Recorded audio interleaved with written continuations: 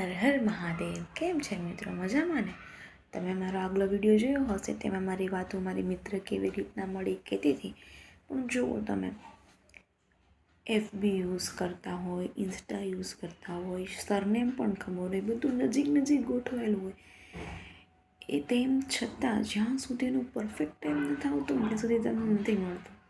પછી વ્યક્તિ હોય, મિત્ર હોય, વસ્તુ હોય કે XYZ કંઈ પણ હોય, મારી સ્ટોરી પરથી હું તમને એ સમજાવવા માગું છું, એ કહેવા માગું છું કે જો હું મોબાઈલ યુઝ કરું એને કેટલા ટાઈમ થઈ ગયા, 5-6 વર્ષ થઈ ગયા, બરાબર. હવે જો મારી મિત્રની મને સરનેમ ખબર પડી ગઈ હોત, મમ્મીને આ મેં કદાચ પહેલાં જ પૂછી લીધું હોત તો અત્યારે મારી સાથે કોન્ટેક્ટમાં પહેલાં હોત. પણ એનું એકદમ યોજના ગોઠવાયેલી હતી યુનિવર્સે કે હું એને યાદ કરતાં ભૂલી જઈશ, એની હોપ છોડી દઈશ, પછી સામેથી આવશે. સામે ચાલીને પણ થાય છે બધું. તમે જુઓ, મારા મમ્મી એને ઓળખે છે, એની સરનેમય ખબર હતી. મેં મમ્મીને કીધું હતું કે મમ્મી મને બિંદુની બહુ યાદ આવે છે, કાશ એવું થાય કે એના નંબર મળી જાય, હું એને મળી શકું. તો ત્યારે મમ્મીને યાદ ન હોય એવું કે એની સરનેમ મને ખબર છે, આ તે તું સર્ચ મારાતે મને યાદ ન એવું કે 2 દિવસ પહેલાં જ મારી એક ફ્રેન્ડ મારી ઘરે આવી, એને એની બેનની યાદ આવી તો એને પહેલાં એના ભાઈને ફોન કર્યો, બધું કર્યું, એને આઈડી ન મળે એટલે કે ચાલ નહીં કે આપણે ઇન્સ્ટામાં સર્ચ મારી. અને ત્યારે મને યાદ આવ્યું કે એટલા ટાઈમ હું શું કરતી હતી. પણ એમાં મારું કાંઈ નથી, આખી યુનિવર્સની યોજના હતી કે આ દિવસે આ તારી ફ્રેન્ડ આવશે, એના થ્રુ તમારી વાત નીકળશે, તારા મમ્મીને એનું નામ યાદ આવશે, સરનેમ કહેશે ને તમે સર્ચ મારશો ને તમે મિત્ર બની જશો પાછા પહેલાંની જેમ.